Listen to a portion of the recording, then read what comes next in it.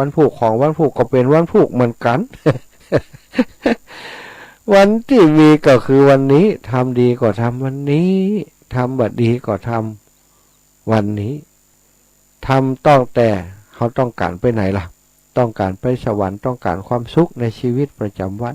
ก็ทำคุณงามความดีสร้างคุณงามความดีเร่งบุญเร่งทานเร่งตัวเก่าไปเร่งปฏิบัติปัดปูดูแลใจของตัวเองให้พ้นจากความทุกข์ความยากความกังวลอันตราย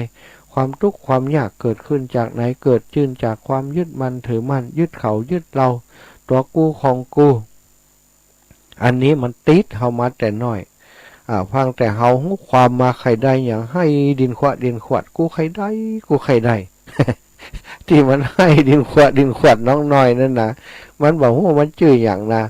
มันก็ให้ดินขวดดินขวดถ้ามันจำชื่อมันได้ที่เขาห้องมันก็จำมันก็นึกได้ว่ามันเป็นอย่างมันใครได้มันใครได้นะมันให้นะจะถาก็มันให้ก็ต้องได้พ่อแม่ก็สนองกิเลสมันพอมีความอยากก็พฤติกรรมทั้งกายก็ออกเฮาทุนเฮาทั้งหลายก็เหมือนกันความอยากความอยากได้นั้นอยากได้นี้บ่อยากได้นั้นบ่อยากได้นี้นะอยากมีนั้นอยากมีนี้คือความอยากมันส่งผลให้เฮาเกิดความยึดมั่นถือมั่นเป็นตัวเป็นตนความรู้สึกเป็นตัวเป็นตนเป็นมึงเป็นกูเป็นเขาเป็นเรานี้มันเกิดขึ้นตอนที่เฮามีความอยากเฮามีความปรารถนาถ้าเฮาสามารถตัดเวทนาความอยากความปรารถนาออกไปได้ซะถะมีโอกาสที่ชำระจิตใจสลัดจิตใจที่มีความยึดมั่นถือมั่นออกไปสร้างสมบุญสร้างสมกุศลทำคุณงามความดีไป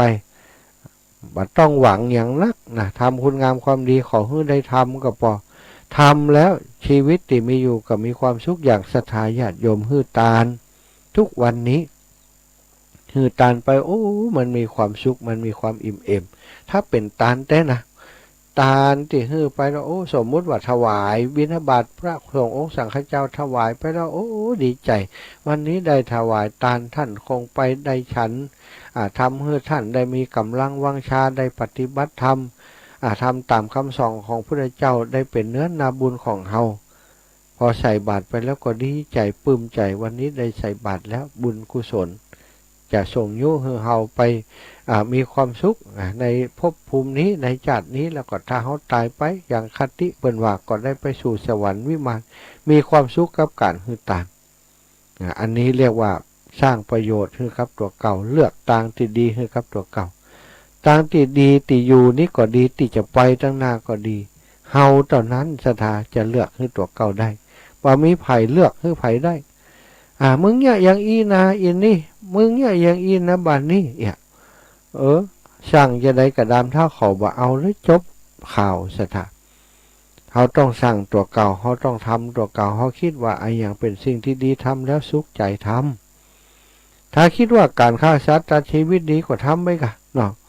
ทำไปบาปกรรมที่ทำอยู่นั่นโอ้คนเบียดเบียนชีวิตสัตว์อื่นเบียดเบียนชีวิตคนอื่นก็ได้รับผลของกรรมน้อยนักเบาคะเขากันไปฆ่าพ่อฆ่าแม่เป็นคุรุกรรมห้ามสวรรค์ห้ามวิมานอันนี้ได้ตกทุกข์ได้ยากอยู่ในนรกมกไหมหลายแสนหลายล้านกับไผ่ยะฆ่าพ่อฆ่าแม่เป็นว่าเป็นกรรมนักถ้าเปรียบเหมือนหนี้สินถ้าเป็นโทษก็คือโทษประหารใช่ไหมประหาร7 ชั่วโคตรอันนี้แสนชั่วโคตรฆ่าพ่อฆ่าแม่ฆ่าพระอรหันต์ฆ่าพระพุทธธรรมพระโลหิตของพระพุทธเจ้าห่อเลือดนะแค่บวมจ้ำบ่ได้นี่นะตกนาหกสถาเป็นกรรมนักพระพุทธเจ้าถือว่าเป็นผู้ที่มีบุญนักสักใหญ่ไผ่ไปทำร้ายรังแกอย่างพระเทวทัตเนี่ยคิดร้ายประสงค์ร้ายทำร้ายพระพุทธเจ้าถึงห่อพระโลหิตตกนรกไฟอเวจีมาสูบมาหูบมาเผาเอาไปมอนนาหกเตียดบดบ่เดียวนี้ก็บ่ได้ออกตั้งเดียวกะเนาะเพราะกรรมนักที่ตัวเองได้ทำไว้นั่นเองเขาเลือกทางเดินของเขาเองจะไปทางใดจะอยู่ที่ไหนในอนาคตไปหน้านี้ อยู่ติดตัวเขาล้อนบ่มีไผจะเลือกให้เขาได้พ่อแม่ฮักเขาเพียงใดก็บ่สามารถจะเลือกทางให้เขาได้สักทาง ตอนมีชีวิตอยู่เนี่ยเปิ้นอาจจะเลือกคู่ครองให้เฮาแนะนำให้เฮาได้สามีภรรยาคนนั้นคนนี้ก็โอ้ฝืนอกฝืนใจอยู่มาแต่ก็อยู่ด้วยกันมาจนแก่เฒ่า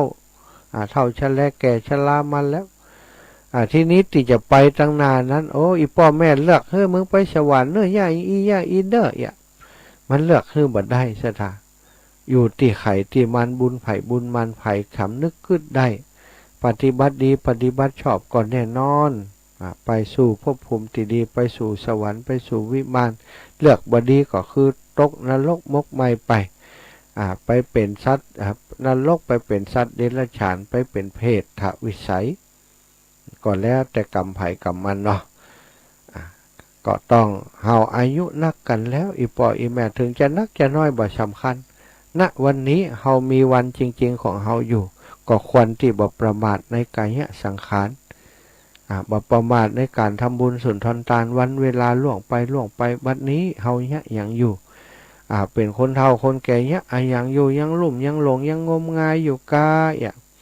ยังไปหือเขาดูเมียดูหมออยู่กาอีแม่จะมีโจกก็จ้าอันนี้บ่ใจลายแล้วเนาะผมงอกชุนบนอายุ90 ปีจะ100แล้วย้อมผมหือแม่จิมอายหือเขาบังงามอันนี้ก็ผิดแล้วเนาะควรจะถอนตัวออกมาจากความยึดมั่นถือมั่นคือใด03.45 นาฬิกาแม่อ้อยวัดบ้านหม้อเจดีสาวโทรมาก่อนเปิ่นก่อนต้านกลัวบัดตันเขาก้านะแม่อ้อยเอาแล้วศรัทธาโทรมาก่อรับสายเลยเนอะ0808844173เจริญปอนแม่อ้อยตื่นแล้วกาตื่นเจ้าละเจ้าไปสารเจ้าตื่นเจ้าแต่ดูแลสุขภาพเนอะเนี่ยกันนักล้ำไปขายขนมม่วนก็วันนี้ทวานี้ก็ขายม่วนอยู่เจ้าวันนี้ก็ขายม่วนตุมาถึงตุกเจ้าตุมาถึง23เลยเดี๋ยวขอพักนี่ครับฝากมาเช้านึงสิ่งใดๆไม่ใช่ของใครหมดไม่ปรากฏว่าใครเป็นเจ้าของแม้เข้ารักเข้าห่วงปองก็จำต้องทิ้งไว้ในโลกาจงรีบสร้างบุญกุศลเถิดเพื่อตนเองและผู้อื่นวันนี้นะคะโอ้วันนี้มีก่อนนี่ฮะว่าเท่าเข้าท่ากะอีกะได้ประโยชน์นะโทรมาไปไหนมาสบายดีก่อมันได้อย่างไหนมีอย่างฝากกันอีเข้าท่าเนอะเข้าท่าดีมากสาธุอีแม่ขอบคุณแม่นาดูแลสุขภาพเนอะเนี่ยการอย่างพอดีสาธุบุญรักษาแม่ศรัทธาญาติโยมสาธุแม่สาธุศรัทธาญาติโยมตั้งหลายอยู่ตั้งได้โทรมากันได้โทรมาแล้วโทรมาได้เลยเนอะเจ้าแม่ศรัทธาญาติโยมตอนนี้โทรมาได้แล้ว0808844173โยมแม่อ้อยแหกแล้วตี 3 ถึงตี 4ก็จะพักเบรกสัก2-3 นาทีนะโทรมาสัก10 สายก็จะพักเบรกกรรมช่วงต่อไปจะมีปุคละสูตรมาจากกับศรัทธาญาติโยมกรรมอดีตแก้ไขบ่ได้กรรมปัจจุบันกำหนดอนาคตนะนี่ก็จะเป็นเบรกที่2ตี 4 ถึงตี 5เนาะพี่น้องศรัทธาจากตังเชียงใหม่ตื่นแล้วยังเวียงป่าเป้ารับอยู่กาเนาะเวียงป่าเป้าเชียงใหม่ตั้งเมืองฝางไทยจะฮับแล้วเนาะเมืองฝางไทยจะฮับแล้วเจริญปอนโยมแม่น้อยกัดนัดอีแม่สบายดีเนาะสบายดีเจ้าแล้วก็ลูกมันคันเลยเจ้าล่ะเอามีอย่างมาฝากวันนี้เจ้าตะวันย้ายตั้งตุ่นก็หันได้หลายห้องมันคันเลยเจ้าก็ช่วยกันนะเจ้ามันตกตารางเมตรละ50 บาทเนาะตารางเมตรนี่50เนาะตารางวา500เนาะแม่เนาะตารางวาเนี่ย50 บาทก็หาตารางวา50กะงานหนึ่งมัน500นะงานมัน5,000มั้ยกะใจงาน5,000น่ะมันมี400ตารางวาสนใจจะตั้งให้นึงกะ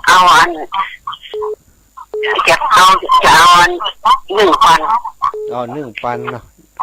ได้1,000ที่จะ 1,000ได้เกินงาน ได้แจงงาน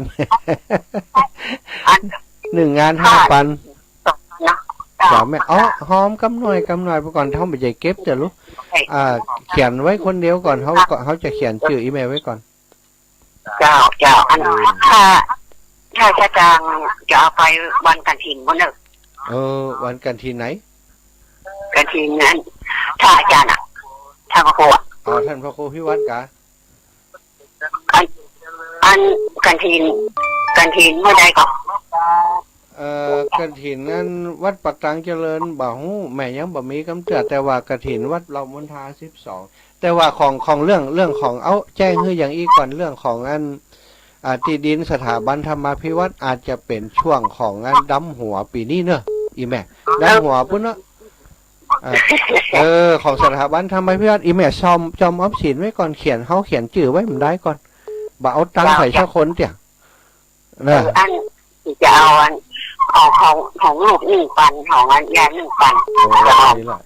ย่า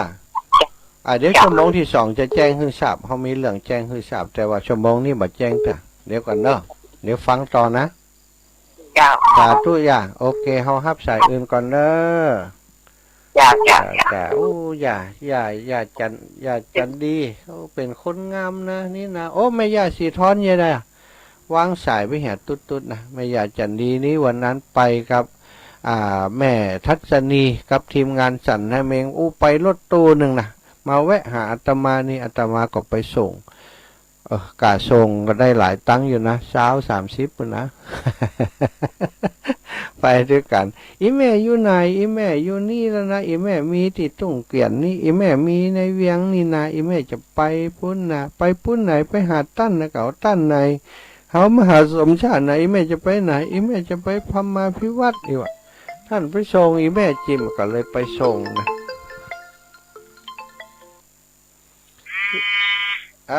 ตื่นเจ้าโลวันนี้ตะวาห้องบัดตื่นนะเจ้าตะวาบ้านสาเจ้าเสียงแหบเสียงก็บอกออกนี่ขายอันอย่างก็ขายเฮ็ดลมนักตะวานี่นะปั่นป้อนหลายด้วยขายป้อนไปฝนมันตกแล้วนะตกกะพุ่นเดี๋ยวนี้ตะวาที่เมืองฝางกันนะน้องน้อยหนึ่งนะแม่จ้ะแล้วอันนี้ได้เนี่ยแต่ว่าลดอันนั่งลดไปเลยจ้ะลดเลยจ้ะโอ้ถึงน้ำบ่อสวามาถึงตีแม่ท่านแล้วที่แรกถ้าอีแม่บอกไปไหนก็จะแวะป้าอีแม่สักกำอีกแล้วก็อาจจะมีให้อีแม่นิมนต์ก็จะกินข้าวต้มมันเหกำโอ้อีแม่บัดนิมนต์สักกำชดไปบันสันทรายฟองน้อยเลยจ้ะก็แม่ไปวัดอยู่ยังไงกับแจ้งเนี่ยก็จำแต่ว่ายังไงกับแจ้งแต่เขาว่าได้โทรหาท่านประจำมานั่นตอนที่เลยมาเจ้าเป็นคนก็ตกนะเจ้าเขาก็เวลาหน่อยลวดไปเลยเนาะแต่ว่าเนาะไปน้ำบ่อตะวาเลยเนาะไปสันทรายคลองน้อยไปเยี่ยมญาติก่อนก็8 โมงป่ายก็ไปน้ำบ่อสวานัดกันหัน9 โมงอยากกับสถาแม่บัวพัดแม่บัวพัดกุลันนี่นะแม่จันสีแม่ลำจวนแม่ประพันธ์ป้ากันท่านหลายคนนี่แม่ตะวานี่นะครูบาอาจารย์เพิ่งจะไปหลวงพ่อจะหลายแกแต่ว่าไปหลายกะเขาจวนกันไปหลายอยู่หลวงปอดดีใจเองไหมไปหูไปหันแล้วก็สบายใจละครูบาอาจารย์เพิ่งจะไปวันพุธกะวันพุธวันที่3แล้วท่านอยู่ไหนไปเดียวเนี่ยบัดเดียวอยู่อันสุนทรมุนีแล้วปิกมาถึงเดี๋ยวคืนแล้วไหมปิกไปแล้วจ้ะปิกมาแต่ว่านี่อิดอีแม่เฮ้ยไปกะเมืองฝางท่านไปหลายแห่งนะไปเยี่ยมญาติโยมแล้วก็ปิกมาถึงว่าท่านนอนคุณเองไปนอนมันกับบัดได้นะไป2 คืนแล้วชัตตาหะไป2 คืนเต่าที่จำเป็นวันที่28จะได้ไปแหมอยู่แม่28นี้จะได้ไปแหมอยู่เพราะว่าหลวงพ่อจะมีเขาจะสู่ขวัญสืบชะตาอย่างให้เปิ้นอยู่หลวงพ่อเจ้าคุณเจ้าคณะจังหวัดละปูนจะไปสู่ขวัญให้เปิ้นนะวันที่28เขาก็จะไปจ่วยเปิดได้ไปอย่างมีหลายที่มีเนาะนะคะ28ไปหาทำไมเจ้าวันหน้าไปว่ากันท่านสาธุค่ะสาธุ เจ้าไหว้สาเจ้าบุญรักษาอีแม่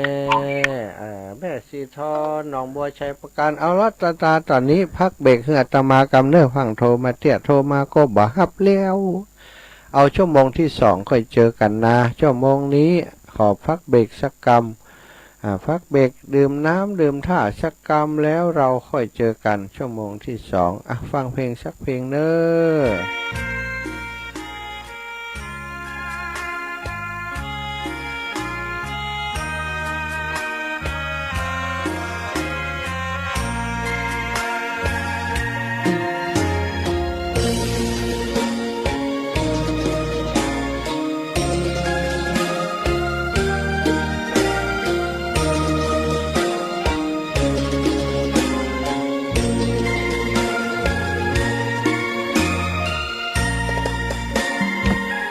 ดอกบัวดอกหนึ่ง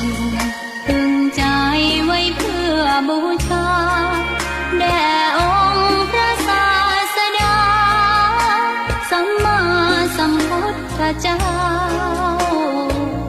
มีความงามเงียบไม่เปรียบเทียบเขาเทียบเราใครมองไม่งามช่างเขาแต่เจ้าก็คือดอกบัวด้วยความสัตย์ซื่อยึดถือความดีเป็นหลัก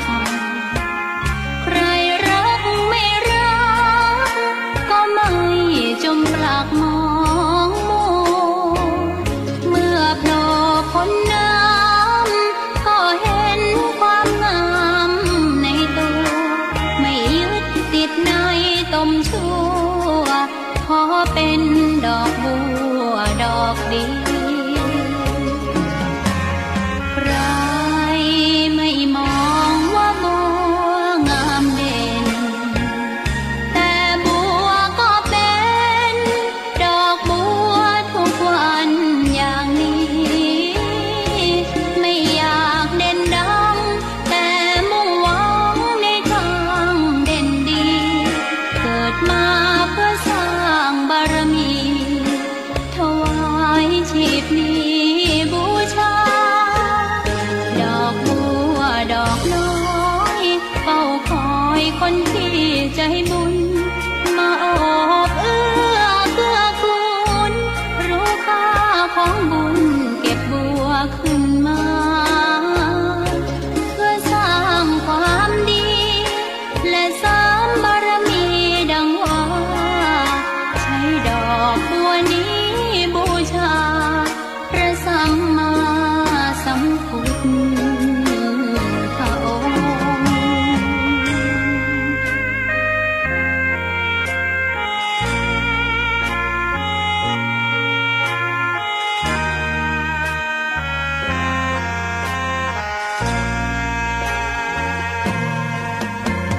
ใคร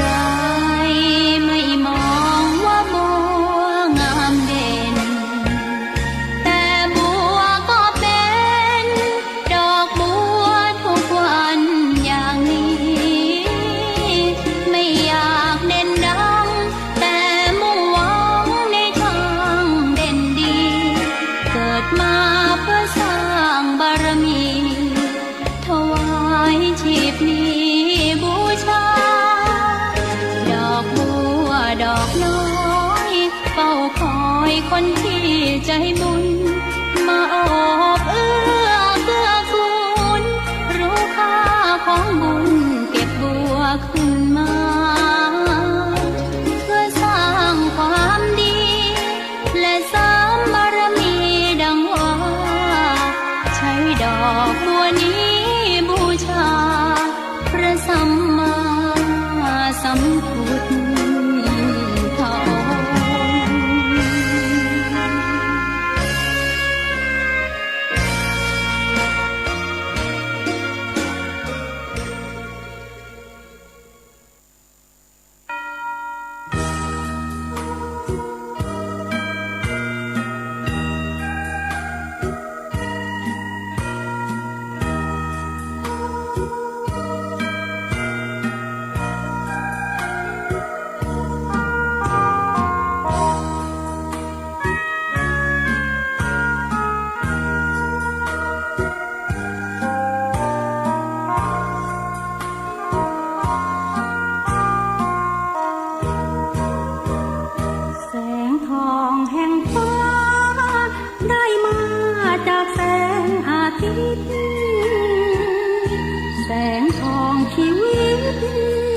ได้มา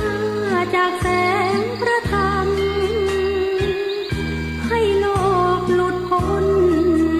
ให้สาธุชนพ้นกรรมสายแสงแห่งธรรมน้อมนำสุขแท้แก่ใจแสงเทียนเล่มน้อยและควันธูปลอยสู่ฟ้าสงบกายานั่งภาวนามุ่งหมายด้วยบริสุทธิ์สัมพุทธสัมมากลางใจเกิดแก่เจ็บตายเห็นในวัฏฏะสงสารไม่คิดเศร้าใจเสียใจเรื่องในทางโลกไม่คิดเศร้าโศกวิตกหรือทรมานไม่คิดอย่าง อรุณสวัสดิ์ธรรมะสวัสดีสวัสดีตอนเจ้าชั่วโมงที่2พักเบรกแล้วสถาได้ดื่มน้ำดื่มท่าไปจัดการ เรื่องราวส่วนตัวเรียบร้อยแล้ว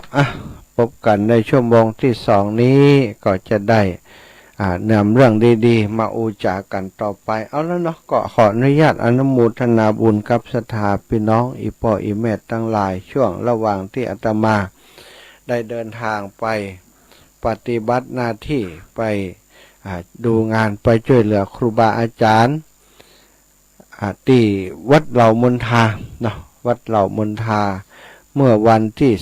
19เดินทางไปนอนพุ่นคืน1 สัตหะไปนอนที่วัดเหล่ามนทาวันที่20เอาบุญมาฝากสถานญาติโยมไปแสดงธรรมสุรินตะกัมพร้าสุรินตะกุมารที่วัดเหล่ามนทาเนาะแล้วก็ร่วมประชุมปรึกษาหารือเรื่องราวของกฐินกฐินที่เพิ่นจะมีกฐินในวันที่12เดือน12เดือนตุลาสถาวันที่12เดือนตุลาที่วัดเหล่ามนทามีกฐินแล้วก็มีการวางศิลาฤกษ์ศาลาการประเรียนศรัทธาตั้งหลายเฮยที่ดินยังแก่บ่หมดเตื้อแต่พอดีว่าตังเจ้าของที่ดินนี้เปิ้นแก่ไปส่วนหนึ่งแล้วเปิ้นบอกว่าบ่ต้องหีบฮ้อนบ่ได้ก็ได้บ่ได้ก็ได้ไว้ใจครูบาอาจารย์ไว้ใจศรัทธาญาติโยมวัดเหล่ามนทาว่าเปิ้นใจเฮือแน่นอนบ่กลัวแล้วก็ศรัทธาญาติโยมวัดเหล่ามนทาก็มั่นใจในการที่จะสร้างวัดสร้างวาที่หั่นได้ช่วยกันแปลงห้องน้ำไปช่วยกันแปลงกุฏิสงฆ์แปลงศาลาศรัทธาญาติโยมเวลา2 เดือนที่ผ่านมาตั้งแต่เริ่มสร้างกันมาบัดเดี๋ยวนี้สิ่งที่เกิดขึ้นเหมือนกับเนรมิตกุฏิสงฆ์ของเจ้าอาวาสเป็นกุฏิอันเปิดห้องว่าเป็นตึกชั้นเดียวใจปูนโครงสร้างเล็กอย่างต่างๆเสร็จแล้วสถาเป็นกุฏิที่น่าอยู่น่าอาศัยห้องน้ำก็มีพร้อมเนาะห้องน้ำมีในตัวมีห้องนอนมีห้องเก็บของมีที่ทำการทำงานมีที่ต้อนรับสถานญาติโยมพร้อมมีห้องน้ำส่งแฮมอยู่ตั้งนอกแฮม3-4 หลังติดกับกุฏิเจ้าอาวาสหันแล้วก็มีกุฏิแฮมมีห้องน้ำอีกส่วนหนึ่งสำหรับอาคารตุกะคนที่เปิ่นเตียวมา5-6 ห้องสถานสร้างไปแล้วก็มีญาติโยมที่จะมาแปลงเพิ่มแฮม5-6 ห้องด้วยกันตอนนี้ยังบ่มีที่จะให้แปลงเตื้อเพราะยังจะต้องขึ้นศาลาอาคารอย่างแฮมหลายอย่างอยู่แล้วก็มีเปิ่นบริจาคไม้มาเปิ่นก็เอามาสร้างเป็นกุฏิรับรองเปิ่นอู้กันเล่นว่าจัดเป็นนิกุฏิท่านมหาสมชาติเวลาเปิ่นมาเปิ่นไปแปลงตะเตียอาตมาจังไปกางเต็นท์กุฏิไปถึงถ้าฝนบัดตกอาตมาก็กางเต็นท์นอนตรงนั้นเนี่ยปืนก็ไม่หั่นสถาเปิ่นไปแปลงกุฏิหั่นเปิ่นว่าแปลงไว้เพื่ออันท่านมหาสมชาตินี่นะอาตมาว่าบ่เอามันหลังใหญ่ล้ำแปลงหลังใหญ่เพราะใดไม้มามันช่วงมันยาวมันเข้ามันยาวสถาเปิ่นก็แปลงตามช่วงไม้ ก็เป็นแหมลางเนื้อกุฏิแหมลางศาลาแหมสถานแล้วปลูกสิ่งปลูกสร้างต่างๆต้นไม้ก็ปลูกกัน2 เดือนที่ผ่านมาเหมือนกับเนรมิตแล้วก็สิ่งศักดิ์สิทธิ์มีจริงบักกึดบักฝันครูบาอาจารย์ก็บักกึดบักฝันเหมือนกันว่าจะมีคนเอากฐินมาถวายแล้วก็จะมาเป็นเจ้าภาพแปลงศาลาการประเรียนฮื้อแหมงบประมาณศาลาที่เพิ่นจะแปลงฮื้อข้าวๆนี้ประมาณ3 ล้านสตางค์เจ้าของเจ้าภาพที่เพิ่นจะมาแปลงนั้นเปิ่นจัดการหมดถึงกะศาลาบ่ฮื้อจัตตาเจ้าบ้านได้ยุ่งอย่างสักอย่างมีแต่ว่าทำพิธีในการวางศิลาฤกษ์อย่างเรียบร้อยการลอกนั้นเป็นเรื่องของเจ้าภาพและศาลาจะดำเนินการกันเองการจ้างงานนั้นเพิ่นก็จะโอนให้ศาลาเป็นชุดเป็นช่วงไปท่านอาจารย์เพิ่นได้รับทราบข่าวเมื่อไปวัดกูคิเล็กตอนไปฉลองศาลาของญาติโยมคณะนี้แหละก็บ่ได้ขอเพิ่นแต่เพิ่นเสนอมาว่าบ่เดี๋ยวนี้ตั้งอันวัดใหม่เนี่ยเหล่ามณฑาเนี่ยใครได้ก่ออีนะโอ้ศรัทธาเพิ่นก็ว่าเชี่ยงตี้เพราะเขาบ่มีที่ประกอบกิจอย่างต่างๆแต่ที่ทำบุญทำทานอย่างที่ไหว้พระสวดมนต์ก็ยังมุงคามุงใบตองอยู่ก็อยากจะได้นั่นนะตั้งเจ้าภาพเพิ่นก็มาพอต่างโอ้มาหันตีต่างเพียวพัดปัดกวาดดีมีไออย่างที่พร้อมที่จะแปลงเพิ่นก็บอกอันจะแปลงที่นี่ก่อนเน้ออีวะออกใจเพิ่นศรัทธาแปลกนะสิ่งศักดิ์สิทธิ์เทวบุตรเทวดาในสถานที่แห่งนั้นเนี่ยบันดาลจิตบันดาลใจให้เจ้าภาพเพิ่นตัดสินใจเพิ่นก็ว่าเลยศรัทธาจะเอาอันก็วันที่13ไปฉลองศาลาการประเรียนวัดทุ่งเศรษฐีอันวันที่11เฮาวางศิลาฤกษ์ที่นี่เนาะทอดกฐินที่นี่ว่าอัน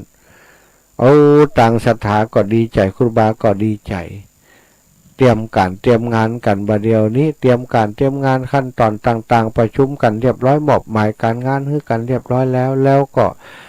จะมาทำในเรื่องของดีกาการในเรื่องของวางแผนวางผังงานต่างๆรับผิดชอบกันไปวันก่อนได้ได้จากันตอนนี้เรียบร้อยตกลงเป็นที่เรียบร้อยแล้วสถาน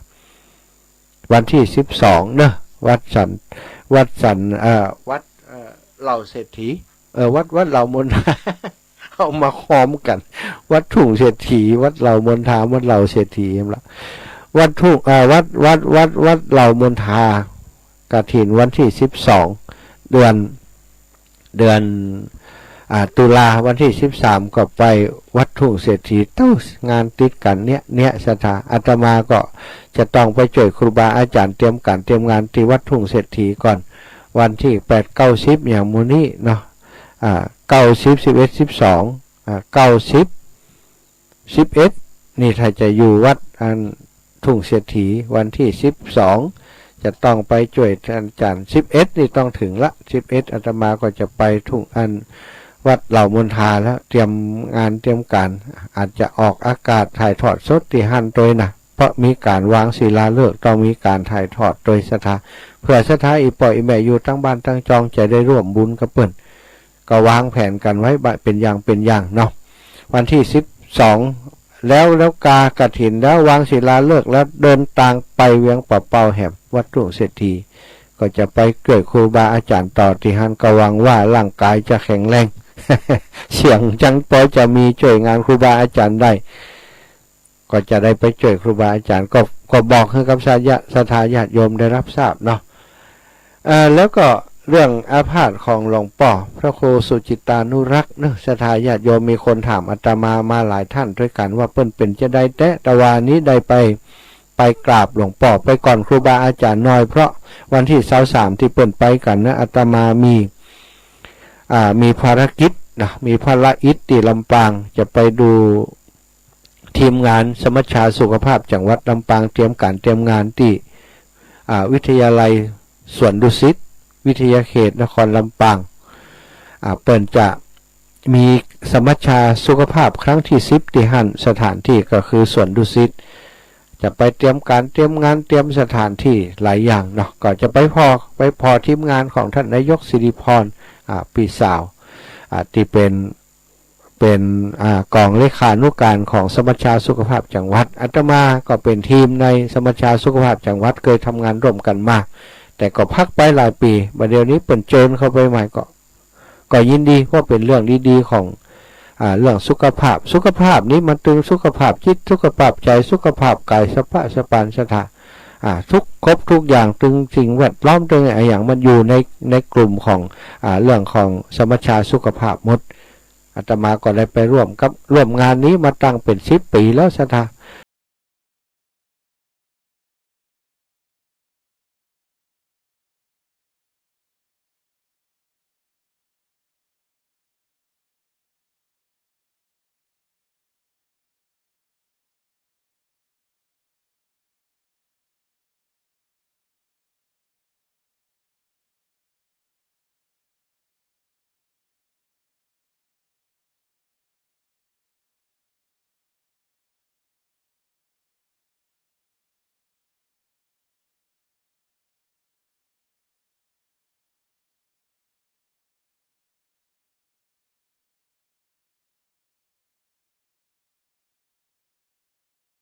ด้านต่างๆนั้นเปิ่นเนี่ยอย่างกันไปพ้องด้านสิ่งแวดล้อมก็ดีด้านดินน้ำป่าสิ่งแวดล้อมด้านสุขภาพพลานามัยของคนทั้งหลายด้านความอบอุ่นของครอบครัวเป็นจะได้พ้องในปีที่ผ่านมาได้ทำงานเคลื่อนอย่างกันไปพ้องอันนี้ก็จะไปเป็นงานเหมือนกับมหกรรมโชว์ผลงานเกี่ยวกับสุขภาพเนี่ยสถามีเวทีเสวนาให้ความรู้โดยในวันที่24ตั้งแต่9 โมงจนถึง4 โมงก็เจริญพรศรัทธาญาติโยมไผอยู่บ่ปอกไกลเนอะไปเอวหากันอาตมาก็จะไปร่วมงานไปช่วยกันดูแลที่วิทยาลัยสวนดุสิตวิทยาเขตนครลำปางวันที่24ก็ได้ไปกับครูบาอาจารย์เคลื่อนสีขาวจะไปกราบเยี่ยมอาพาธของหลวงพ่อพระครูสุจิตานุรักษ์ในวันที่23ที่จะถึงนี้6-7 รูปด้วยกันนำโดยท่านพระครูอภิวัตรท่านพระครูสุเมธอาจารย์วรรณชัยอาจารย์พระอาจารย์สมหวังอาจารย์พระครูกัลยาณประโมทเราก็จะไปกันกับคณะที่จัดรายการด้วยกันเนี่ยศรัทธาสนิทสนมนับถือหลวงพ่อพระครูสุจิตานุรักษ์เป็นครูบาอาจารย์เหมือนกันก็จะไปกราบสาเปิ้ลวันที่23แล้วก็จะมีการสวดโพชฌงค์ปริตโดยเพื่อจะถวายกำลังใจให้กับหลวงพ่อให้หายอาพาธเร็วๆอาการอาพาธของหลวงพ่อศรัทธามีคนถามมาแต่ว่าหลวงพ่อได้เล่าในคลิปที่อาตมาไปถ่ายทำเกิดจากการที่หลวงพ่อตื่นเจ้ามาจะไปสวดมนต์ตี 5ศรัทธากำลังจะเดินเข้าไปในศาลาอาคารที่จะสวดมนต์พอดีว่ามันรู้สึกว่าปวดสมาธิปวดปัสสาวะนะก็ไปแวะเข้าห้องน้ำแต่ว่าห้องน้ำมันก็ไกลว่ามันนี่มันมืดมันมีต้นไม้หั่นก็บ่มีไผนะเจ้ามืดอยู่ก็เข้าไปว่าจะปัสสาวะสักหน่อยนะหดน้ำต้นไม้สักหน่อยปรากฏว่าท่านนั้นมันมืดหลวงพ่อก็บัดตันมึงเอาผลาดลงไปมือก็ไปคว้าเอากับไก่ปูนไก่ประดับที่เพิ่นเอาตั้งไว้หั่นซะท่าไก่นั้นมันก็ก่นลงมาเต่งตัดตีนหลวงพ่อพอดีนะที่แรกเพิ่นก็บ่คิดว่าจะเจ็บอย่างเพิ่นยังไปทำธุระอย่างอื่นแต่ทีนี้อาการที่มันอยู่ทางในเนี่ยก็คือกระดูกมันแตกกระดูกมันแตกทางในมันจัดมันแตกแยกและตาตัดข้อกระดูกข้อเท้ากระดูกข้อเท้า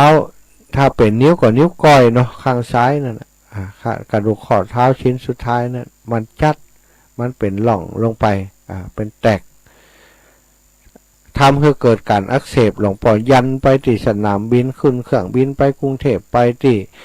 ไปทำธุระที่กรุงเทพกลับมาปรากฏว่ามันบวมมันนี่ขึ้นคุณหมอไปตรวจไปเอ็กซเรย์ปรากฏว่าลูกตั้งในแตกว่ะใช่ไหมมันทำให้เกิดการอักเสบกับกล้ามเนื้อกับผิวหนังอะไรอย่างกับเส้นเอ็นตั้งในคุณหมอก็จำเป็นต้องผ่าตัดดามเล็กใส่เล็กล็อกไว้บัดเดียวนี้ปวดต่อเนาะ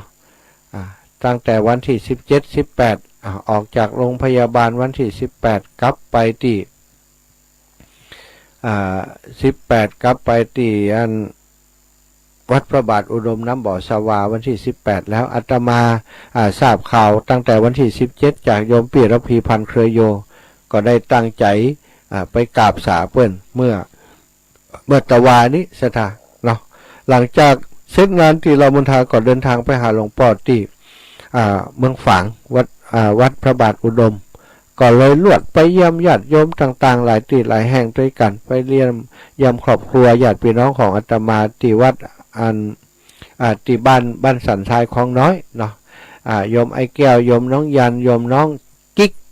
โยมน้องกิ๊กน้องลุนที่บ้านสันทรายคลองน้อยไปฉันเจ้าที่หันฉันจังหันที่หัน8 โมงก็ไปปะครับไปกราบสาหลวงพ่อพระครูสุจิตานุรักษ์ที่วัดพระบาทอุดมไปเจอกับคณะของโยมแม่บัวพัดกุหลันโยมแม่จันทรีสุขาโยมแม่รำจวนโยมแม่ประพันธ์ไปพบไปปะที่หันกันที่หันท่านอาจารย์จำเริญเนาะก็ไปนัดพบกันที่หันไปให้กำลังใจหลวงพ่อเอาข้าวน้ำโภชนะอาหารคีรณะเปชัดไปถวายแล้วก็นั่งนั่งจ่าทราบความเป็นไปเป็นมานะหลวงพ่อก็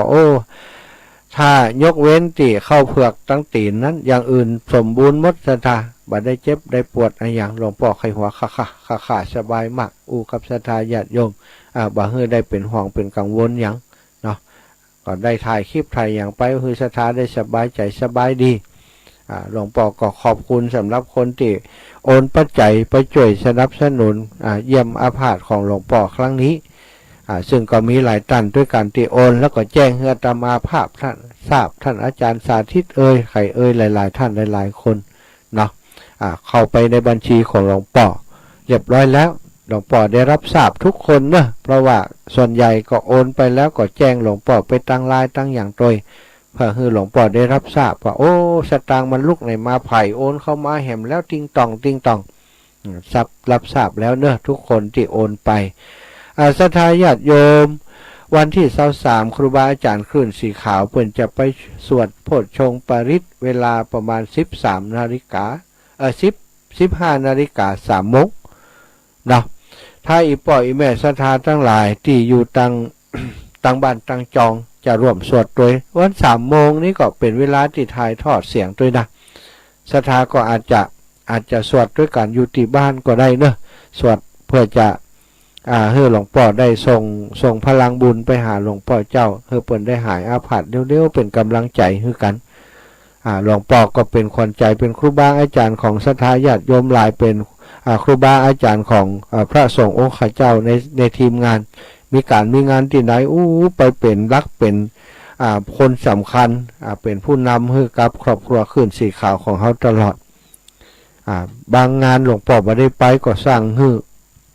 ทีมงานญาติโยมในเครือข่ายคลื่นสีขาวของเมืองฝางไปงานโยมแม่จงดีโยมแม่รำจวนโยมแม่สมแม่ประพันธ์ก็ดีโยมแม่ปีละพีพันธ์เครือโยก็นี้นี่เป็นตัวแทนของหลวงพ่อไปเกือบทุกงานสถานงานใดที่เปิ่นบ่ไปเปิ่นก็สั่งบอกไปว่าเปิ่นติดอย่างถึงบ่ได้ไปถ้าเปิ่นบัดติดอย่างทุกงานเปิ่นจะไปช่วยกันตลอดดอยนางแก้วไปบ่ฮู้กี่รอบสถานอันเนี้ยเวลาเปิ่นเจ็บเปิ่นอาพาธอย่างมันก็ละกันบ่ได้มันอะไรหาอาตมานี่พอทราบก็อยากจะไปในวันแรกเลยแต่ก็ยังว่านะไปเมืองฝางลูกลำปางไปบ่ใจของไกลลูกเชียงใหม่ไปยังไก่จอยวอยสถานนะก็พอดีได้ไปเชียงใหม่ก็หลวดไปกราบไปสาหลวงพ่อแต่วานี้ได้จากกันเต็มอกเต็มใจเนาะอาตมาไปอยู่กับหลวงพ่อประมาณเกือบชั่วโมงหลวงพ่อนิมนต์ว่าฉันนี่ก่อนแต่พอดีต้องไปส่งท่านอาจารย์จำเริญที่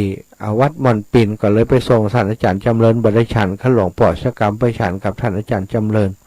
ที่วัดม่อนปิ่นจากนั้นก็ไปเยี่ยมศรัทธาญาติโยมในเมืองฝางหลายชุดด้วยกันแล้วก็มาถากก็นะระหว่างที่ไปเยี่ยมศรัทธาญาติโยมตั้งแต่ไปวัดเหล่ามณฑาแล้วก็ไปถักไปเมืองฝางก็มีศรัทธาญาติโยมได้ถวายปัจจัยหอมหลายอย่างศรัทธาผ่องก็หอมทุ่งเศรษฐีผ่องก็หอมที่ดินของสถาบันธรรมาภิวัตรผ่องก็หอมใจใจส่วนตัวเนาะ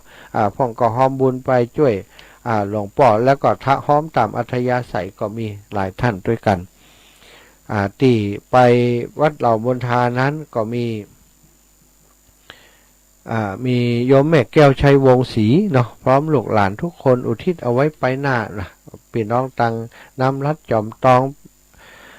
นายประสานบุญมาโยมประสานบุญมาอันนี้บัระบุไออย่างแม่4,000บุญมาบ้านดงใต้พัฒนาร่วมบุญซื้อที่ดิน300 บาทอุทิศให้กับตนเองเข้าสาร1 กระสอบเนาะอันนี้ก็ได้นำไปถวายให้อีแม่แล้วเนาะที่ดินกับข้าวสารนางรุจรีอุตตานบ้านต้นพึ่งทำบุญที่ดินอุทิศให้ปวดตันแม่สุขปัญญาเนาะอันนี้ก็ถวายไว้เก็บไว้จะไปถวายสถาบันธรรมาภิวัตรนางทองชัยวงศ์ศรีพร้อมลูกหลานตานที่ดินพี่น้องบ้านวังมูล100 บาทนายปั่นนางเฮือนทำบุญที่ดินพี่น้องจากบ้านดงหลวงเนอะ100 บาทนายดีนางน้อยบ้านดงหลวงทำบุญถวายที่ดินแห่ม50 บาทนายจันนางฟองมาตันทำบุญที่ดินพี่น้องบ้านดงหลวงเนาะ30 บาทพ่อจำนงแม่แก้วกันทะวังหมู่11ของเปาจอมทองเชียงใหม่ปากกล้วยเนาะตำบลปากกล้วยกะร่วมบุญมา200 บาทเนอะพ่อจำนงแม่แก้วกันทะวงหมู่11ของเปาจอมทองเชียงใหม่ร่วมบุญซื้อที่ดินแห่ม200 บาทแม่เบิ่มพร้อมครอบครัวน้ำรัดจอมตองร่วมบุญตามอัธยาศัย300 บาทพ่อปรีชาแม่เพ็ญศรีปัญญาเทพบรรน้ำรัดจอมทองเชียงใหม่ร่วมบุญตามอัธยาศัยมาแห่ม100 บาทแม่มารีสุระอำเภอเมืองจังหวัดเชียงใหม่ร่วมทำบุญมาแห่ม100 บาทเนาะคุณโยมมารีเนาะแม่ซอยพร้อมครอบครัวน้ำรัดจอมตองแห่ม100 บาทแม่ยุพินเดือนคำน้ำรัดจอมตอง100 บาทแม่ยุพินเดือนคำร่วมบุญที่ดินมาแห่ม100 บาทนายจงรักนางจันทิพย์ใจสายน้ำรัดจอมตองแห่ม100 บาทนายสรวุฒิสิทธิดงเราอุทิศไปหานายจันนายธีรศักดิ์สิทธิดงที่ล่วงลับไปแล้วนะได้รับแล้วพ่อจำนงแม่แก้วกันทวงของเปาจอมทองเชียงใหม่ปักกล้วยถวายที่ดินแห่ม200 บาทเนออนุโมทนาให้อีพ่ออีแม่ที่มีรายชื่อที่ประกาศไปนายประสานบุญมา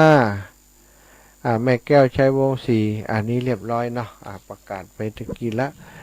ทีนี้ก็มีพี่น้องต่างปุ้นเนอะต่างเมืองฝางที่ไปตะวาอันนี้ฝากไปทำบุญวัดทุ่งเศรษฐีตะวานี้คิดว่าจะแวะหาหลวงปู่ตันโอ้ยำหยาดโยมจากตาก้อแม่สวยแม่ต่ำมาสถาพอมาถึงที่เด่นสลีแวะหาแม่นางอ้ายฮันนี้มีเวลาที่จะเดินทางกลับลำปางไปที่วัดตรงโป่งเพื่อจะจัดรายการที่ฮันเนี้ยชั่วโมงกับ30 นาทีถ้าแวะหาหลวงปู่นี้บัดตันก็เลยว่าโอ้ปัจจัยที่เปิ่นฝากถวายหลวงปู่ก็เก็บไว้เพราะวันที่28จะปิกไปผ่านฮั่นอยู่ก็เลยว่าจะไปถวายหลวงปู่วันที่28ก็ขอประชาสัมพันธ์ให้ทราบว่าโยมแม่บัวพัดกุหลานบ้านต้นซ่านแม่ศูนย์อำเภอฝางจังหวัดร่วมทำบุญเนาะร่วมทำบุญวัดทุ่งเศรษฐีเนอะท่านพระครูสุจิตานุรักษ์ร่วมทำบุญกับเบื้องวัดทุ่งเศรษฐีมาแห่ม1,000 บาทพ่อใจแม่คำเกื้อการุณวงศ์พร้อมครอบครัวถวายกระเบื้องณวัดทุ่งเศรษฐีอาตมาบัดได้เปิดพอร์ตทางในเนอะพอร์ตทางในว่ามีตัวใดโอ้เดี๋ยวเอาได้อันนี้เปิดว่าปิด300 บาท300 บาทแม่บัวพัดกุหลันบ้านต้นซ่านตำบลแม่ศูนย์ตำบลแม่ศูนย์อันนี้มัน2 รายการรวมบุญ2 รายการนี้เป็นกระเบื้องเนาะแห่มรายการนึงถวายไปตามอัธยาศัยเนอะต้นซ่านนั้น300 บาทเนาะแล้วก็ป้อเล็กแม่บัวพันธ์เอกวันพร้อมครอบครัวถวายตานกระเบื้องวัดทุ่งเศรษฐีป้อดาบสุพจน์แม่จันทนาถาบงพร้อมครอบครัวถวายตานกระเบื้องวัดทุ่งเศรษฐีแม่ประพันธ์สมมั่งถวายท่านมหาสมชาติอนุโมทนาบุญอีแม่จันทรีสุขาต้นหนุนแม่ติ๊บบุญตันสันปะคาแม่ลำจวนป้อเสียงสันปะไนร่วมบุญวัตถุเศรษฐี100 บาทรวมกันเป็น300อันนี้ก็จะเอาไปให้หลวงปู่เนอะท่านพระครูปฏิพันธ์ธรรมทินหลวงปู่เป็นผู้ดูแลเรื่องราวของวัตถุเศรษฐีนี่ซองประกาศไปแล้วเดี๋ยวก็จะไปถวายหลวงปู่วันที่28เนอะจะชวนหลวงปู่ไปอันเมืองฝางตัว สู่ขวัญหลวงป่อเจ้าคณะจังหวัดฝางวันที่29โดยหลวงป่อเจ้าคุณละปูนเนอะแล้วแต่ว่าแวะมาเยี่ยมศรัทธาญาติโยมที่บ้านผาใต้สถาบันผาใต้มีแม่อุ้ยพงเทพประสานบ้านผาใต้อีแม่ร่วมบุญกับลูกเบาเปิ้นมาโอ้อีแม่ร่วมบุญมาตาวานี้1,000กับแหม20 บาทตามอัธยาศัยให้ลูกไปทำบุญอีแม่อายุ90เลยนะศรัทธาแล้วก็แม่กิมทองเมธาวนิชพร้อมครอบครัวถวายไว้ไปหน้าอันนี้อารามแสนต่อเนอะก็เดี๋ยวฝากให้หลวงปู่ดอยแม่อุ้ยนางคำอ้ายถวายค่าน้ำค่าไฟพระธาตุจอมพ่อพระธาตุจอมพ่อแม่นางคำอ้ายถวายตานผ้าพรรษาอุทิศส่วนบุญปนน้อยแก้วดวงเนตรตานถวายให้ตุลุงดอยหลวงปู่ดอย22เนื้อปู่เนอะจะไปเก็บอันกาฝากติหลวงปู่พุ่นนะแม่นางคำอ้ายร่วมทำบุญเดินตางตุลูกมหาสมชาติเนาะสาธุแม่ลาโยนิตเวียงปะเป้าร่วมบุญอารามซบเตินแม่เมาะเนาะ500 บาทร่วมบุญมูลนิธิซื้อที่ดินด้วยเนอะแม่ลาโยนิตถวายก้าน้ำก้าไฟมหาสมชาติอันนี้ก็เก็บไว้แต่ใดเป็นอันนั้นเนาะเพิ่นถวายไอ้ยังมาก็แยกกันไปศรัทธาไปแม่เมาะนี่เดี๋ยวอาตมาก็จะโอนเข้ามูลนิธิของท่านอาจารย์สาธิตไปเลยแม่น้อยดวงดีคณะวงศ์บ้านหัวเวียงถวายค่าน้ำค่าไฟอุทยานธรรมสุนทรมุนีแม่กิมทองเมธาวนิชถวายค่าน้ำค่าไฟสุนทรมุนีแม่นางคำอ้ายบ้านเด่นศาลาโมซามถวาย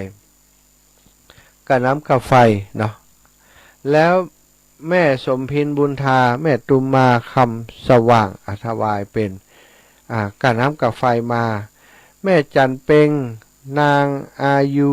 คำวิสูตรแม่ต่ำแม่สวยท่าเกาะแม่สวยเนาะถวายมาแหม2แม่อุทาภิกขสอนเนาะก็ถวายเป็นค่าน้ำค่าไฟมาพ่ออดุลท่าราชถวายที่อาตมาแม่หอมท่าราชเนาะก็ถวายเป็นค่าน้ำค่าไฟมาขออนุโมทนาบุญกับอีปออีแม่เนอะแม่หอมแม่ยายหอมโอ้เป็นลูกวูบเนาะเจ้ามาหน้าโจหน้าม่านมดหลาย10 วันได้สถานตอนนี้แผลก็ดีขึ้นแล้วโรควูบสถานต้องระมัดระวังเนอะโอ้ดีนะอันโยมป่ออดุลเปิ่นอยู่ถ้าเปิ่นบ่หันนี่ถ้าจะยุ่งสถานเปิ่นคว่ำหน้าลงเนาะ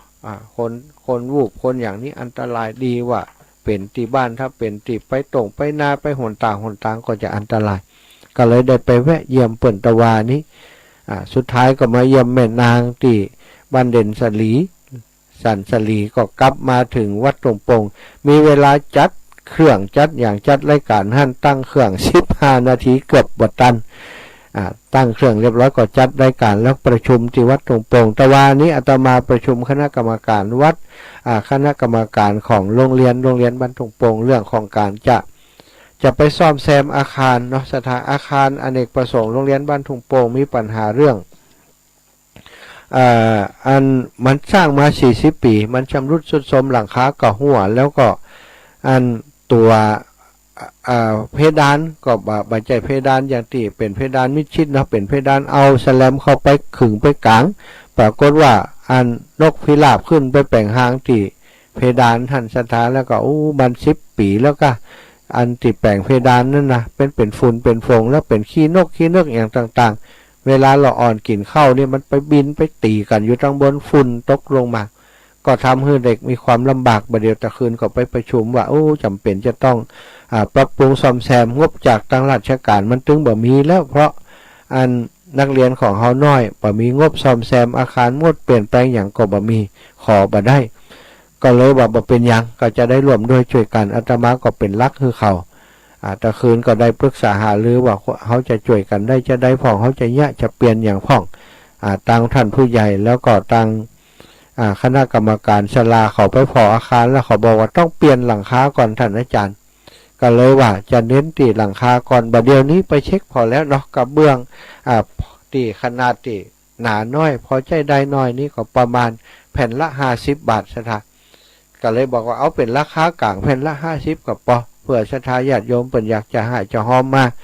ตีอาตมามันก็จะหอมง่ายดีเอาแผ่นละ50แล้วก็อันตานเป็ดทพีเนี่ยไผอยากจะตานเป็ดทพีเป็นกระเบื้องไปคือกับครอบครัวก็จะเขียนติดกูแผ่นศรัทธาคนนี้ตานไปคือคนนี้ก็เขียนติดตั้งในตั้งปื้นนะมันจะได้ติดทนเมินก็ติดแล้วก็เขียนเอาไว้ตี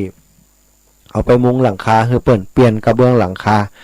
ก็คงจะใช้เป็น500-600แผ่นเหมือนกันหลังคามันกว้างศรัทธาญาติโยมหลังคาอาคารเอกประสงค์ก็จะใช้วิธีนี้อู้กันแล้วแต่ว่าประเดี๋ยวนี้ลื้อในส่วนที่เป็นเพดานที่เขาจะยะจะหยั่งแล้วก็อันใดที่มันพุมันแตกมันหยั่งเปลี่ยนหมดเปลี่ยนสมาร์ทบอร์ดที่เป็นแผ่นเรียบติดอยู่ก็เปลี่ยนใส่เพดานใส่อย่างให้เรียบร้อยเพื่อจะให้ลูกหลานที่ไปกินข้าวกินปลาหั่นได้รับความสะดวกสบายสะอาดแล้วอาคารอเนกประสงค์หลังนั้นเนี่ยใช้กิจกรรมต่างๆมากมายสถานเลือกตั้งก็ไปเนี่ยหั่นประชุมเจ้าบ้านบางครั้งก็ไปใจที่หั่นแล้วเวลาเปิดมางานที่วัดแต่ตอนรับอาคารตุกะแขกเรือผู้รักผู้ใหญ่ก็เอาไปใจสถานที่ที่หั่นคิดว่าจำเป็นจะต้องทำมันก็เหมือนเป็นของวัดนั่นแหละใช่ไหมเพราะวัดกับโรงเรียนนี่ใจงานร่วมกันตลอดมาก็ศรัทธาญาติโยมนะอาตมาจำเป็นจะต้องไปช่วยเหลือบ้านเกิดเนาะเป็นความกตัญญูต่อบ้านเกิดเมืองนอนของเฮาถ้าอาตมาบอกไปนำเนี่ยนำธรรมก็อย่างว่านั่นที่ผ่านมาโรงเรียนก็ช่วยกันมาแล้วก็พอมีปัญหาทางโรงเรียนเพิ่นก็แจ้งมาท่านรักษาการแจ้งมาก็บอกเป็นยังตู้จะไปช่วยกันแล้วกันสตางค์ที่ปล่อยแม่ได้หอมมาอาตมาก็เก็บรวบรวมไว้บางเตือก็เป็นการนำรถเดินทางไปหอมหั่นหอมนี่ก็พอดีว่าส่วนหนึ่งมันก็ยังมีเหลืออยู่นิดหน่อยก็เลยเอาเป็นเก้าให้เขาว่าตุหอมกับกระเบื้องมานี่10,000ก็แล้วกันเป็นกระเบื้องแล้วนอกจากนี้ไผจะหอมกระเบื้องต่อใดหลังคากระเบื้องเนี้ยต่อใดก็ว่ากันเนอะก็จะหอมกันเป็นคนละแผ่น2แผ่นก็ว่ากันไปเถอะเนาะถึงหมู่บ้านก็อาจจะได้หลายแผ่นอยู่ก็ใจประมาณ500แผ่นก็ตกแผ่นหนึ่ง50 บาทก็แบ่งสรรปันส่วนกันไปไผจะเอากี่แผ่นมาเดี๋ยวตานเป็ดตะพีของเจ้าบ้านนี่ก็จะขอเพิ่นว่าเอาละเขาเอาเป็นกระเบื้องกันแล้วกันพอดีว่าอาตมามีพ่อมีแม่อยู่ในรายการนี้นักเนาะอยู่ที่เข้าใจในเรื่องของการทำบุญที่เป็นประโยชน์เนี่ยการทำบุญกับวัดกับวากับทางโรงเรียนอย่างต่างๆศรัทธาญาติโยมเป็นบุญใหญ่เพราะเป็นสาธารณประโยชน์เหมือนกันโรงเรียนถึงบัจจัยมันบัจจัยของไผ่มันเป็นของสาธารณะเป็นของหมู่บ้านเป็นของทรัพย์สินของแผ่นดินอย่างเขาเนี่ยกับวัดกับวาเป็นทรัพย์สินของพระศาสนามันได้บุญใหญ่ศรัทธาญาติโยมที่อันเมตตาเนาะได้ติดตามเรื่องราวของอาตมามาตลอดอาตมาก็คิดว่าคงจะหันดีหันชอบในสิ่งที่อาตมาคิดอยู่ตอนนี้คิดจะช่วยโรงเรียนจริงๆแล้วเรื่องนี้อาตมาปรึกษาครูบาอาจารย์ท่านพระครูอภิวัฒนวิกรมเมื่อวันที่ไปวัดเหล่ามนทาวันที่20ที่ผ่านมาท่านอาจารย์ก็หันตัวที่จะไปช่วยดูแลโรงเรียนเพราะอาตมาช่วยเหลือโรงเรียนมาคือเปิ่นอยู่ได้บัดเดี๋ยวนี้เปิ่นเดือดร้อนเรื่องนั้นเรื่องนี้ก็ต้องช่วยดูแลเปิ่นละอ่อนมันน้อยบ่มีงบประมาณก็อาศัยเป็นสะพานบุญให้อีพ่ออีแม่ได้ร่วมโดยช่วยกันเนาะไผจะต้านกระเบื้องเนาะแผ่นละ50เนาะศรัทธาจะเอาอย่างที่มันดีน้อยอย่างทั่วไปก็40แต่จริงๆแล้วอย่างที่เอาดีแท้ๆเป็นสีเป็นอย่างต้อยก็ประมาณ60 กว่าบาทนะนี่ก็บ่เอาสีละจะเอาธรรมดานี่แต่หื้อหนาน้อยแข็งแรงน้อยก็แผ่นประมาณ50 2แผ่น100ไผจะปูจาเป็นเจ้าภาพด้วยอาตมาเนาะก็บอกผ่านอาตมามาแล้วแต่ว่าจะตานวันที่ตานเดือน12เพ็งนะจะตานเดือน12เพ็งเดือน12เพ็งวันที่เราได้สถายพ่อแม่ขอพอกันเด้อเดือน12เพ็งเดือน12เพ็งวันที่12เพ็งนี่วันที่12เพ็งวันที่เท่าใดโอ้ศรัทธา12เพ็ง15ค่ำ15ค่ำ15ค่ำเดือน10นี้วันที่10ศรัทธาวันที่10 มาเดี๋ยวนี้วันที่20นี้วันที่10เนอะวันที่10เดือนหน้าก็จะตานตานเปตพีนี้ก็จะเอากระเบื้องเนี้ยตานเนาะเอาสำรับเอาอย่างนี้เฮียศรัทธาญาติโยมไผ่จะร่วมบุญด้วยกันอาตมาก็จะจดชื่อเสียงเลี้ยงน้ำเอาไว้แล้วก็จะแจ้งเป็นอย่างไปเนาะอินดูละอ่อนศรัทธาอินดูละอ่อนอินดูนักเรียนโอ้กินข้าวแต่ก็ผลหัวแต่ก็บางถ้าฝนแดดออกก็ดีไปก็ฮ้อนเนาะถ้าตอนที่ฝนตกก็ฝนหัวแฮมขี้นกแฮมไออย่างปล้ำปลาเหลือไปหันแล้วก็สังเวชใจ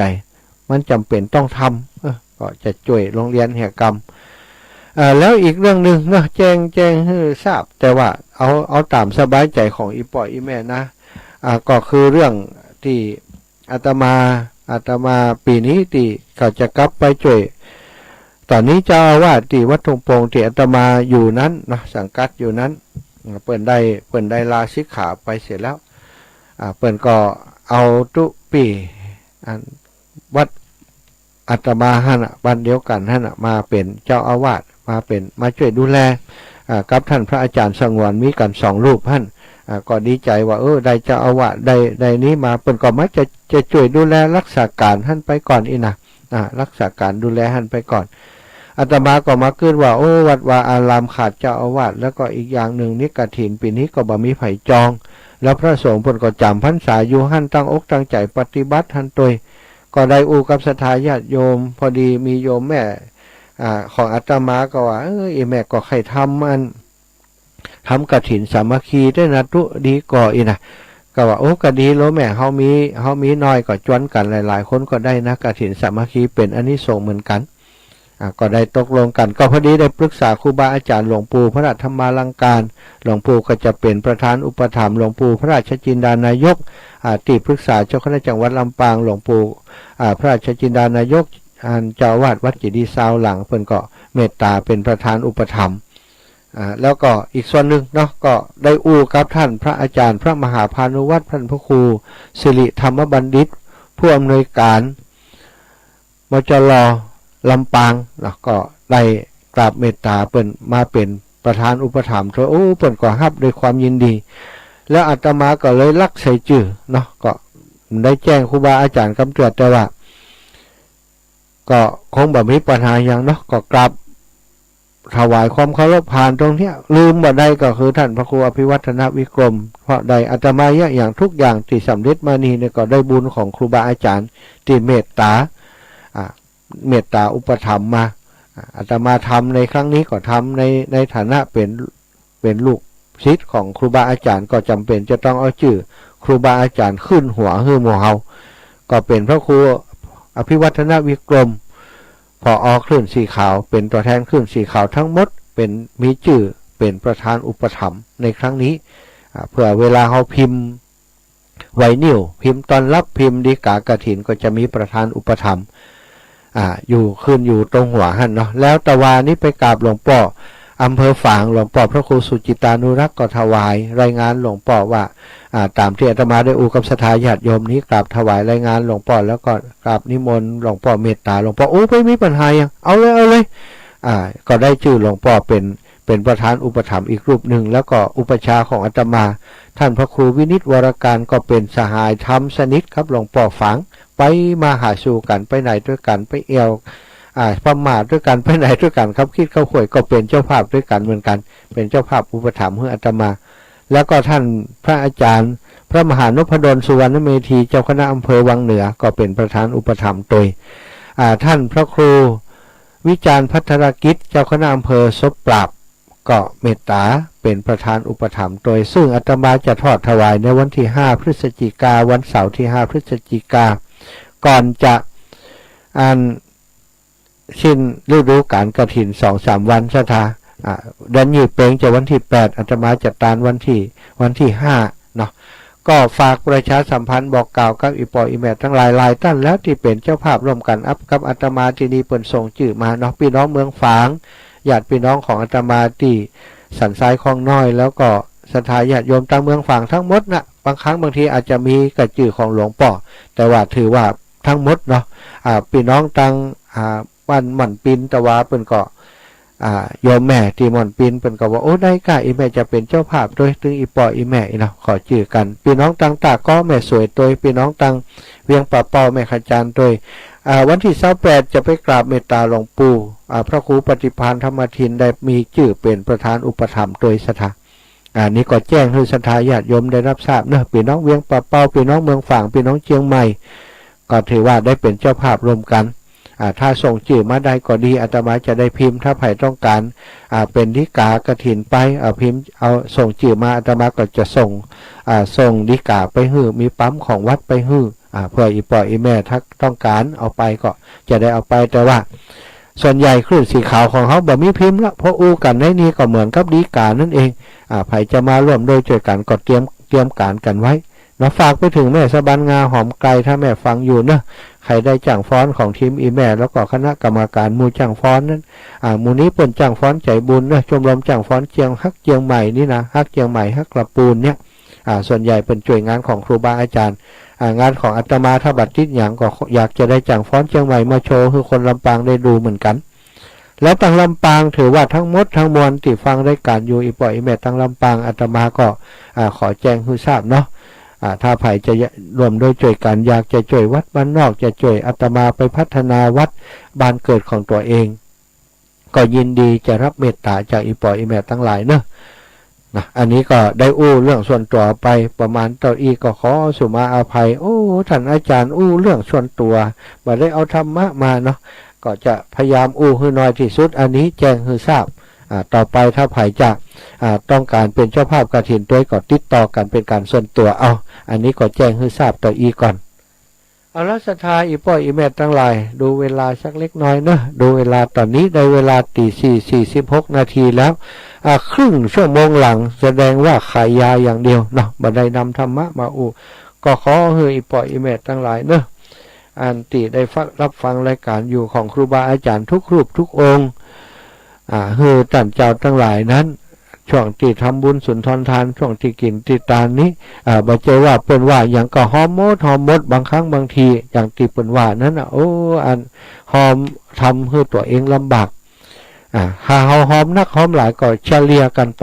มีกฐินเป็น10ดิก็10ก็20ก็ป้ออีปอยแม่อาตมานี่บ่เน้นจำนวนเงินนะเน้นความมีส่วนร่วม10 20ก็มีส่วนร่วมถ้ามันมี10มี20มันมี100มีพันมีหมื่นมีแสนมีรายชื่อเข้ามาอีแม่เป็นเจ้าภาพได้เปิดหันอีแม่หอม100ก็ได้หอม10หอม20ก็ได้มีไผว่าคือไผบุญสุนทรทานเข็มเล่มเดียวยังได้อานิสงส์มากมายมหาศาลไผจะร่วมบุญกับอาตมาบ่ต้องกึดนักอีแม่จะเป็นเจ้าภาพโดยดีส่งชื่อมาจะหอม10หอม20บ่ใจสิ่งสำคัญหอบเจ้าภาพต้อง10,000นะ1,000นะ500นะบ่มีเนาะเอากันเอาสบายใจกันเถอะเนาะสบายใจกันเอาแล้วก็ใครอยากจะช่วยอาตมาใกล้ๆนี้ก็คือที่อาตมาจะแปลงหลังคาอาคารเอกประสงค์เนาะอาคารเอกประสงค์โรงเรียนบ้านทุ่งโป่งนั้นกระเบื้องอาตมาจะเอาตานวันที่10เดือนสิงหากันยา10เดือนกันยา12เปงเนาะเป็น12เปงนั้นกระเบื้องแผ่นละ50 บาท2แผ่นก็100ไผจะนี้ต่อใดก็ขอให้แจ้งมาหลังจากอาตมาออกรายการไปเนอะ0808844173 ถ้าแจ้งมาในรายการนี้บางเตือมันจดบัตรตันอีปล่อยอีเมลแล้วก็คนอื่นก็โทรมาตุ๊ดท่านก็โทรมาหลังรายการแล้วกันเนอะ0808844173เอาละแบ่งเวลาให้กับอีปล่อยอีเมลได้โทรมามากันเนอะชั่วโมงสุดท้ายชั่วโมงที่2นี้ก่อนที่จะพบกับครูบาอาจารย์ท่านพระครูอภิวัฒนวิกรมตี 5 ถึง 6 7 โมงเนาะตอนนี้ตี 4:48 นาทีศรัทธาญาติโยมอีปล่อยอีแม่ทั้งหลายไผจะโทรเข้ามาให้กำลังใจก็ดีฟังอยู่ที่ไหนได้ยินชัดบ่ชัดจะมาร่วมบุญเรื่องไอ้หยังร่วมบุญวัดสันต่อก็ได้นะวัดทุ่งเศรษฐีร่วมบุญตื่ดินอาจารย์มาก็จะได้จดเป็นอย่างไปแต่สำหรับของอาตมานั้นก็ขอว่าโทรมาตอนที่ออกรายการไปแล้วก็แล้วกันเนาะจะได้ได้จากันแล้วจะได้จดไว้เป็นอย่างเดี๋ยวมันจะงงกันไอ้หยังเป็นไอ้หยังก็บ่ฮู้อิน่ะ 0808844173นะพี่น้องลำปางฟังกันอยู่หรือเปล่าพี่น้องนากวางนาฟาตื่นแล้วยังปนเอกไม่เสียโยมแม่โยมแม่โยมโยมแม่ยายหม่อมเนาะโยมป่อแม่ยายหม่อมเนอะโยมป่อโยมแม่ตั้งหลายพี่น้องบ้านนากวางนาฟาใครไปเอวหาวันผูกวันฮือดิมดีถ้ามีเวลาว่างก็จะแซบไปหาสักกรรมก็เติงหาพี่น้องนากวางนาฟานเนอะเจริญปอนโยมแม่จันดีสันนาเมงเจริญปอนแม่เฮาฮับแล้วนะอีแม่ปิดขยุก่อนเนอะอีแม่ฮับแล้วอีแม่จันดีจะหอมอันกระเบื้องอ๋อโอ้ยแม่เอาละอีโอ้ยแม่จันดีจดก่อนนะแม่จัน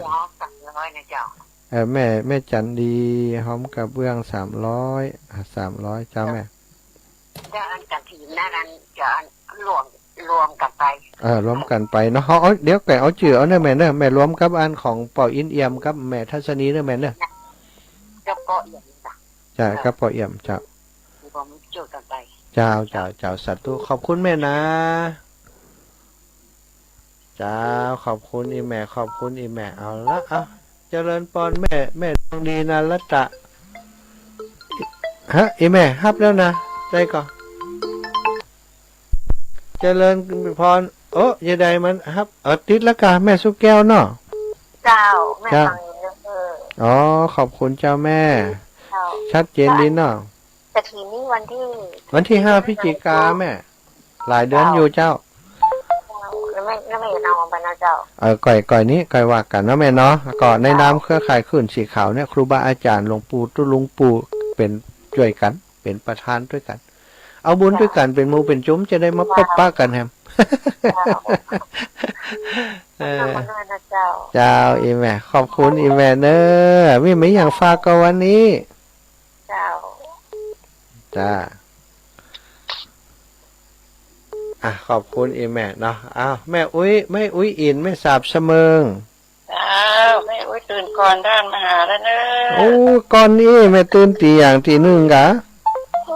ตื่นแต่ว่าตีหนึ่งแล้วนะจอดทั้งวันแต่ว่าตี2แล้วนะก่อนทางจะมาแล้วเนอะเป็นคนตื่นตัวตื่นเจ้านี่คนรวยกันถ้าเที่ยงคืนไปทางหน้านี่นะเต้นนอนวันรับและนอนวันรับก็ทำประโยชน์เนาะแม่เนาะนอนรับเมื่อทำนั่งสมาธิกะฟังผู้ตนผู้องค์เมื่อคืนก็ฟังตลอดโอ้ดีใจครูบาอาจารย์เปิ่นได้อินอย่างอีเปิ่นก็ชื่นใจอีแม่เนอะสาธุอีก82แล้วไปนอนมารับ82แล้วโอ้ดีใจมีแม่แหมคนอายุนัก82เป็นอย่างนั้นจ้าเดี๋ยวนี้สบายก่อนดีใจละเจ้าเอาละเนอะเขาขอฮับสายอื่นก่อนเนอะแม่จ๋าสาธุนี้สายใหม่3276จากทางใดแม่กับธรรมสการโอ้ปอขายอันนั้นปอนั้นอันนั้นอำเภอปอนี่น้ำสกุลยังก็ปอตันแก้วครับผมตันแก้วอำเภอเวียงสาจะบริจาคดิน 5,000 นั่นแหละเดี๋ยวนี้อ้อมถึงจะซื้อแล้วนะยังเดี๋ยวนี้เดี๋ยวเขาถ้าจะรอท่านอาจารย์พระครูอภิวัตรแจ้งก่อนเพราะว่าอาจจะเป็นดำหัวปีใหม่ปีนี้จะไปเนี่ยที่สถาบันธรรมาภิวัตรและหลวดตานที่ดินอีกป่ะเดี๋ยวปอฟังไปเรื่อยๆก่อนจดไว้แล้วไม่ต้องห่วงห้ามยึกยักพอจะหาคนสีเพิ่มเติมจะแถมเนาะนักการช่วยกันไปบัดต้องฟังต้องเห็นบัดเดียวได้รายชื่อมาหลายแล้วนะป่ะมีกำลังใจครับครูบาอาจารย์ได้นะขอบคุณป่ะขอเป็นกำลังใจขอบคุณ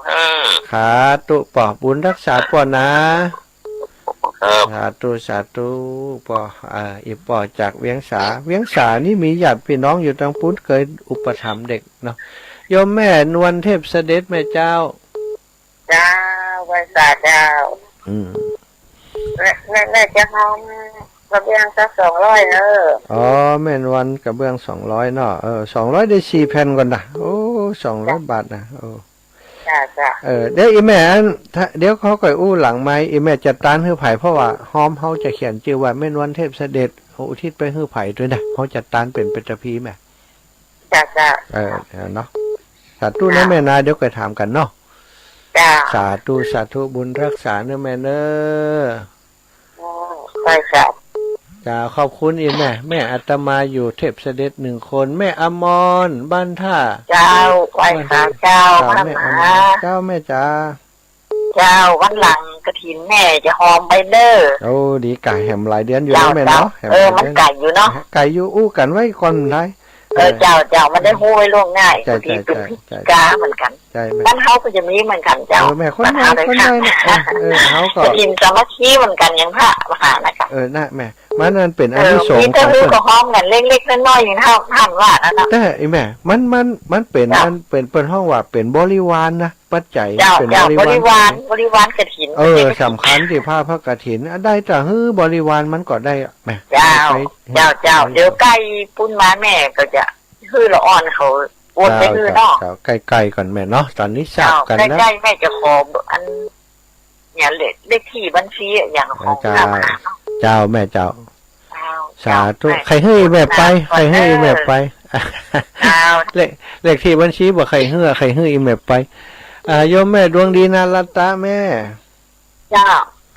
โอ้ตื่นเจ้าโล วันนี้มาอู้นักที่แม่ ไอ้หยัง เด้งดิน ดินไหน ที่มุงหลังคาเนี่ยดิน ดินมุงเหรอคะกำลังอู้วันนี้นี่นะตัดสินใจตะคืนนี่นะแม่จ๋าเพราะว่าไปหันแล้วมันหัวเขาว่าโอ้ถ้าหัวแปลงเพดานไปได้เรื่องอย่างเลือกถ้าหัวก็เลือกก็ถามเขาว่ามันได้เปลี่ยนมาพองเนี้ยเขาบอกว่า40 ปียังไม่ได้เปลี่ยนกันเดียวอะโอ้เปลี่ยนก็มันจะได้หอมกันแหละ มันเป็นอย่างว่ากล่อมเดียวนี้ก็อุ้มเดียวนี้ก็หอมรู้โอกาสแหมไปแหมอยู่หรอก็จะหอมง่ายเยอะกับกับปุ้นเขาจะไปตานวันที่10อ่ะเป็นทุกขั้นมานะกะบัดตุกเขาหมู่ห่มไปหรอไปหายแม่ม่วนเขาคอยไปแล้ววันที่10 เดือนหน้าพุ่นอีแม่ใครได้ได้สักส่งก็ได้สัก2 แผ่นไม่ได้อีแม่ใช้ได้สัก2 แผ่น2 แผ่น1004 แผ่นเลยจ้ะแม่ดวงดี4 แผ่นจ้ะแม่ดวงดี2004 แผ่นโอเคได้แล้วจดให้แล้วห้ามคืนคำนะมีแต่เพิ่มนะจ้าสัตว์ตู้ขอบคุณอีแม่บอกให้ลูกให้หลานตู้เพิ่นจะแปลงอันนี้คือโรงเรียนเด้อสู่จะหอมก่อยเด้อเดี๋ยวก็จะเอารายชื่อว่าจะต้านให้ฝ่ายด้วยแม่เขาจะต้านเป็นตะพีเด้อแม่จะอุทิศเนี่ยพ่อหลวงแก้วที่ตายไปเด้อพ่อหลวงแก้วจ้าพ่อหลวงแก้วจ้าสัตว์ตู้นะแม่นะพ่อแก้วนารัตตะเจ้าพ่อแก้วนารัตตะจ้าเอาได้เลยเจ้าสาธุจ้าอนุโมทนาบุญเน้อแม่เน้อเจ้าอีแม่ฟังอยู่นี่ตื่นเจ้าโลป้อบุญตันเจดีย์3 ยอดเจริญปอนป้อไม่สาท่านมหาจ้าป้อฟังกันอยู่นี่เจดีย์3 ยอดฝนตกอยู่เนาะเพราะว่าการเนาะว่ากันไปเลยว่าจะหีบใจฮ้อนยังแจ้งฮือสาบกันมาได้ถึงช่วยกันอยู่อนุโมทนาบุญกับทุกคนที่เปิ่นฟังแล้วก็เปิ่นก็กึดได้เปิ่นก็ถามกันก่อนเอาครูจะเอาตอนใดเปิ่นก็โทรมามาลุ้นเนาะป่ะเนาะสาธุนะขอบคุณอีป้อนะไม่สารท่านเน้อเจริญปอนพี่น้องจังเชียงใหม่เด้อพี่น้องตังเจดีย์3 ยอดอีป้อเป็นตัวแทนโทรมาแล้วโยมแม่พรไม่ได้สั่งจ้ากันหาแม่พรเขาจะลาตัวกับแม่พรนี่นะพอดีเวลาเขาหมดเนาะเขาจะขอบคุณกับแม่ยายพรกับศรัทธาญาติโยมทุกคนนะเดี๋ยวจะล้ำเวลาของครูบาอาจารย์เป็นไปฮุกเจ้าฮุทุกเจ้าแม่ก็เหมือนกันเด้ออยู่ดีมีสุขอายุมันกว่านี้เด้อ